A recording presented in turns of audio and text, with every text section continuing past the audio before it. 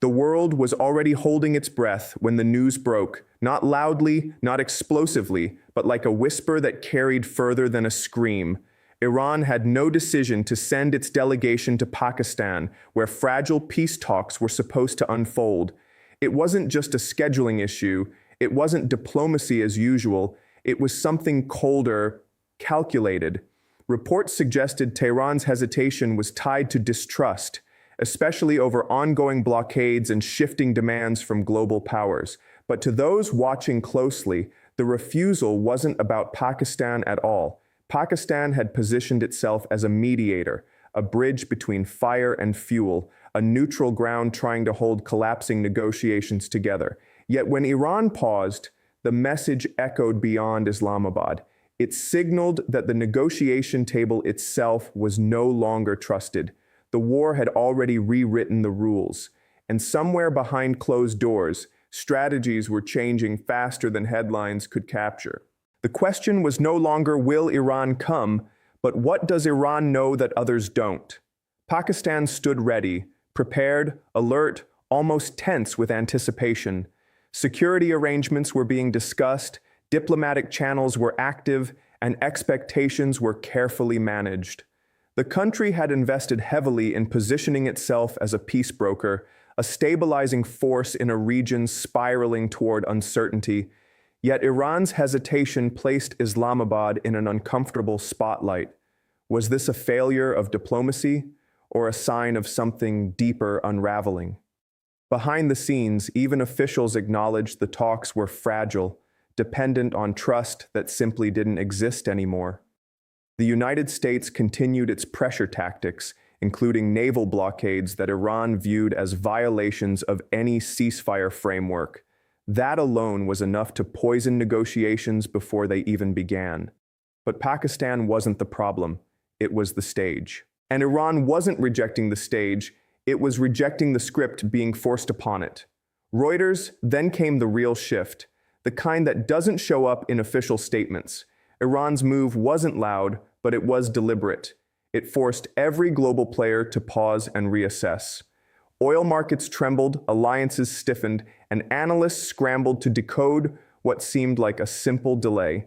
But nothing about it was simple, because in geopolitics, refusal is rarely just refusal. It's leverage, it's timing, it's power. Iran wasn't walking away, it was repositioning itself, waiting for the right moment, the right terms, the right balance. And while the world debated whether this was defiance or strategy, one country remained almost completely silent. China said nothing. China's silence wasn't accidental, it was precise. While headlines focused on Iran and Pakistan, Beijing chose restraint over reaction.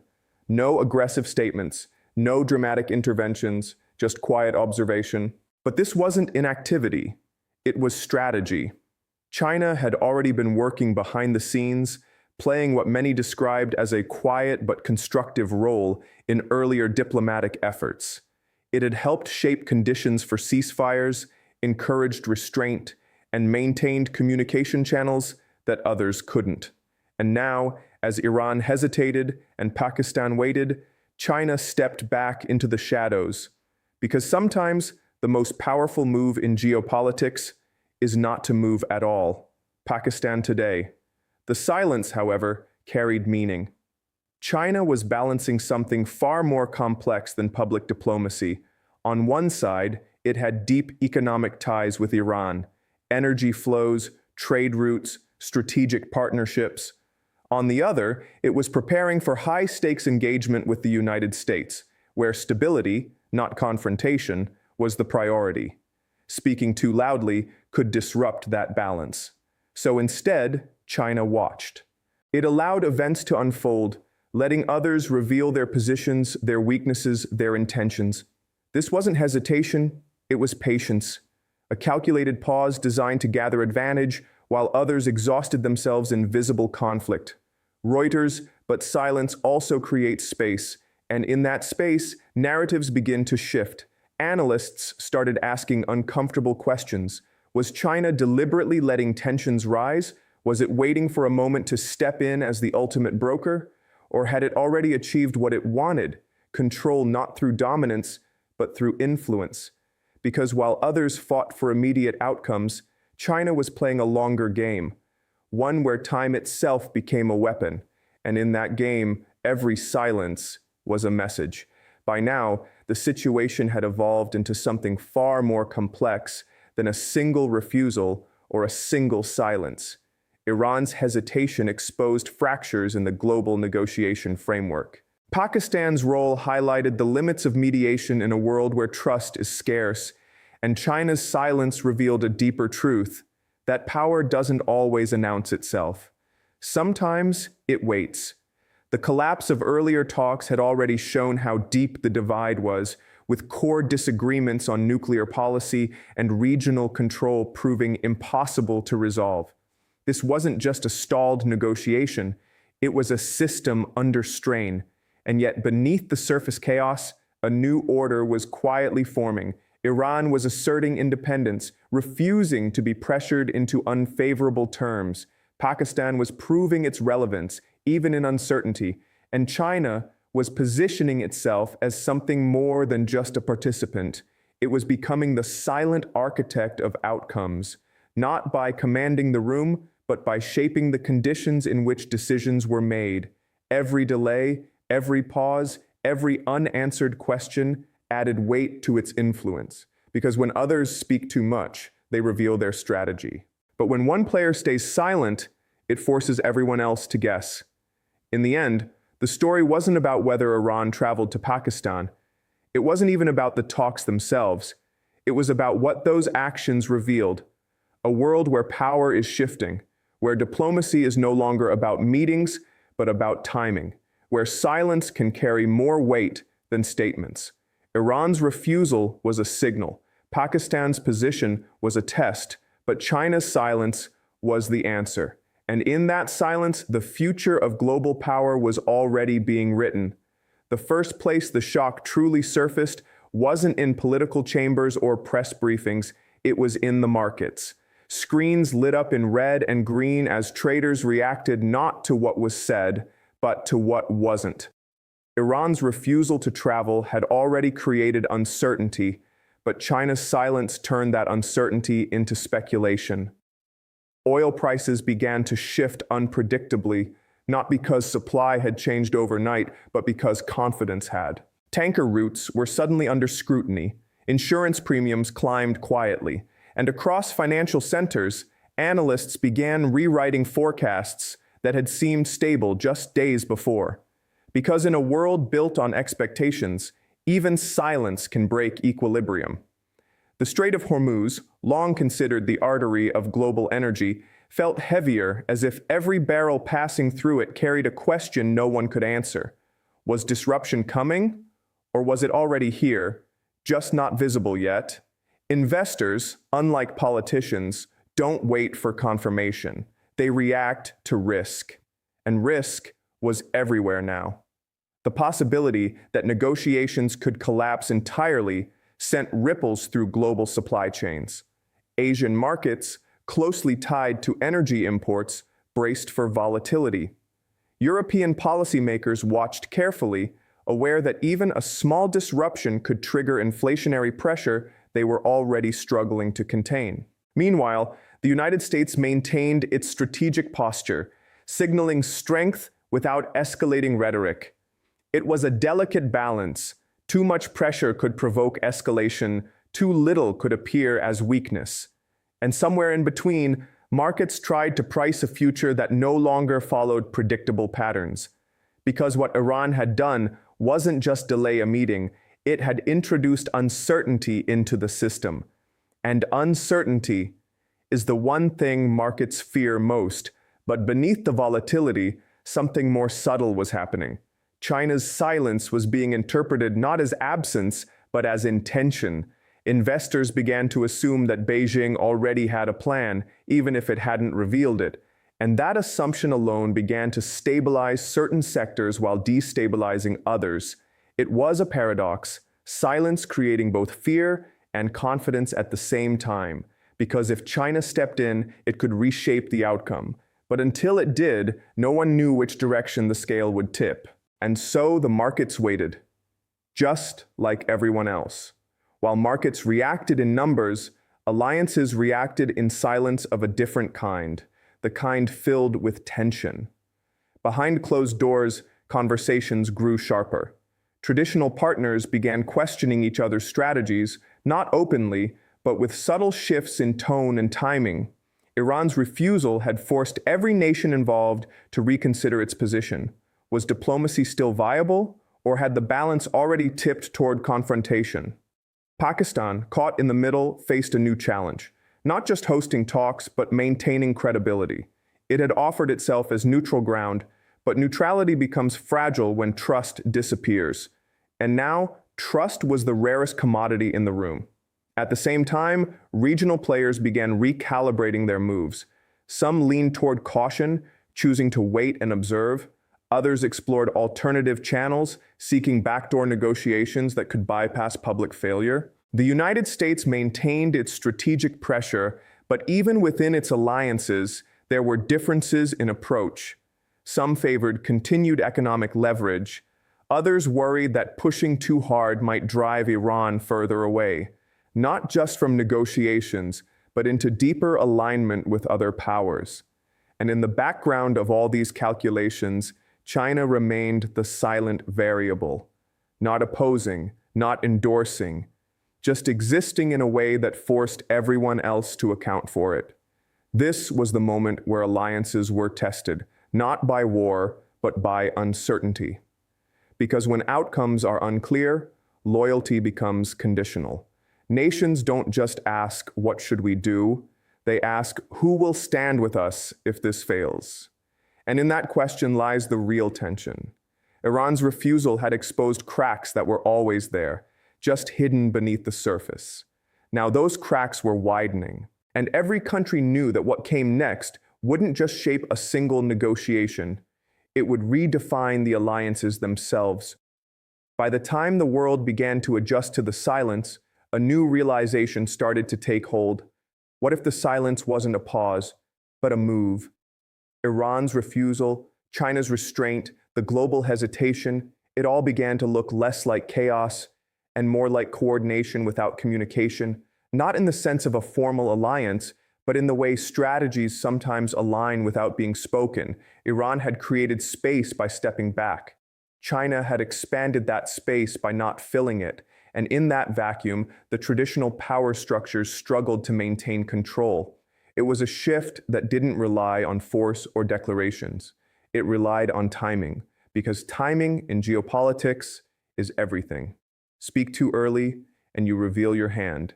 Speak too late, and the game moves on without you. But say nothing at all, and you force everyone else to move first. That's exactly what was happening now. The United States was being watched. Pakistan was being tested, regional players were recalculating, and China, by remaining silent, had effectively placed itself at the center of the equation without ever stepping into the spotlight. It didn't need to lead openly, it only needed to influence quietly. And that's when the deeper truth emerged. This wasn't just about a meeting that didn't happen. It wasn't about diplomacy failing or succeeding. It was about a transformation in how power operates. The loudest voice was no longer the strongest. The fastest move was no longer the smartest. Instead, control belonged to those who could shape the environment itself, who could make others react without revealing their own intentions. Iran had shown defiance, Pakistan had shown resilience, but China had shown something else entirely. It had shown that in a world full of noise, silence can be the most powerful strategy of all. By now, the silence had stopped feeling empty. It had weight, direction, intent.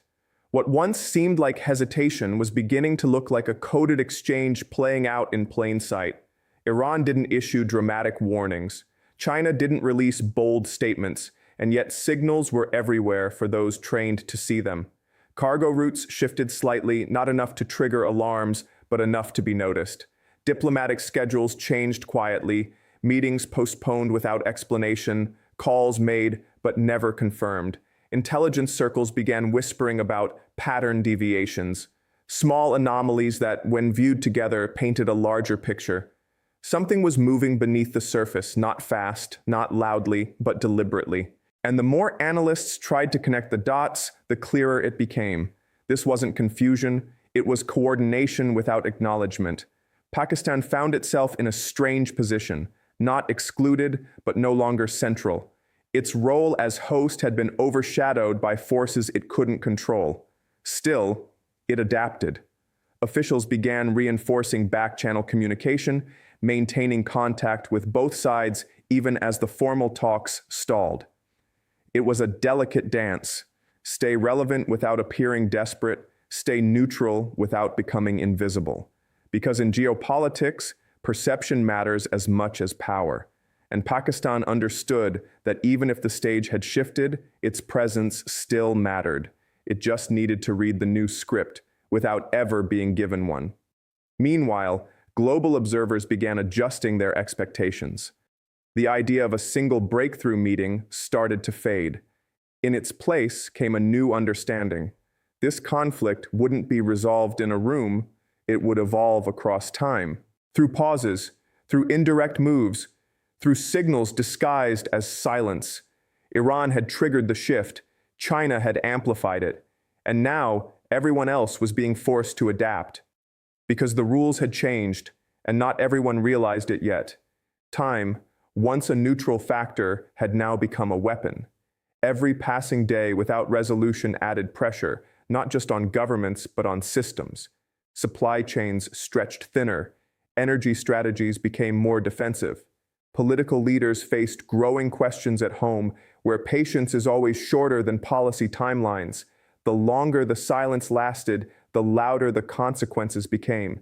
And yet, no one wanted to be the first to break it, because breaking silence means revealing position, and revealing position means losing advantage. Iran appeared comfortable with the weight.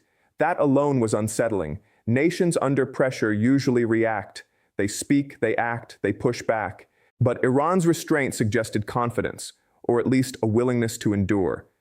It signaled that whatever calculations were being made in Tehran weren't based on urgency, but on outcome. And that changed how others responded. Because when one side refuses to rush, it forces everyone else to slow down or risk making a mistake. China, meanwhile, continued its quiet observation, but now the silence felt heavier than before. It wasn't just strategic, it was influential. The longer Beijing remained still, the more others began adjusting around it. Decisions were delayed, statements were softened, even actions were calibrated with China in mind. Without saying a word, it had become the axis around which the situation turned. And that realization carried its own kind of pressure, because when influence is invisible, it becomes harder to challenge. Every geopolitical standoff has a moment, a point where tension stops building and starts transforming. The world could feel that moment approaching even if it couldn't define it. The patterns were there: prolonged silence, strategic hesitation, rising pressure. These weren't signs of stagnation, they were signs of transition. Something was about to change, not suddenly, not dramatically, but inevitably. Because systems under pressure don't stay still forever, they shift. And that's what made this moment so powerful. It wasn't defined by action, but by anticipation. The world wasn't reacting anymore, it was watching, waiting, calculating. Because whatever came next wouldn't just resolve a single issue, it would confirm a new reality. One where silence could delay decisions, reshape alliances, and redefine power itself. Iran had refused, China had said nothing, but together those choices had already changed everything. And as the moment of shift drew closer, one truth became impossible to ignore. The next move wouldn't just be heard, it would be felt. It didn't begin with an announcement. There was no press conference, no headline declaring a breakthrough. Instead, the shift arrived the same way everything else had in this story, quietly. A shipment rerouted, a restriction eased, a message delivered through channels that never appear in public records. To most of the world, nothing had changed. But to those watching closely, everything had. The tension that had once felt sharp and unpredictable now carried a different tone, controlled, measured, almost deliberate. It became clear that the silence was never emptiness. It was negotiation in its purest form. No cameras, no speeches, just outcomes.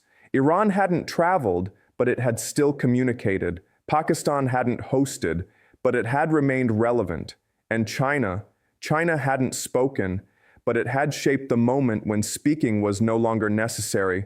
What followed wasn't resolution, it was alignment. Not perfect, not permanent, but enough to prevent collapse. The kind of fragile balance that doesn't make headlines but holds the world together. Trade began to stabilize. Diplomatic language softened. Even the markets, once restless, started to settle into cautious confidence. It wasn't peace, but it was direction. And that direction had emerged without a single defining moment, without a single dominant voice. Instead, it was built through restraint, through patience, through the understanding that sometimes control doesn't come from forcing outcomes, but from shaping the conditions in which they become inevitable. And that's where the story truly ends, not with a victory, but with a realization. The world had been watching for action, for statements, for decisive moves, but the real power had been something else entirely. Iran's refusal wasn't just defiance, it was timing. Pakistan's position wasn't weakness, it was presence. And China's silence wasn't silence at all. It was influence operating at a level most never see. Because in the end, the loudest players didn't win, the fastest responders didn't control the outcome. The one who understood the value of silence shaped everything. And by the time the world realized it, the game had already moved on.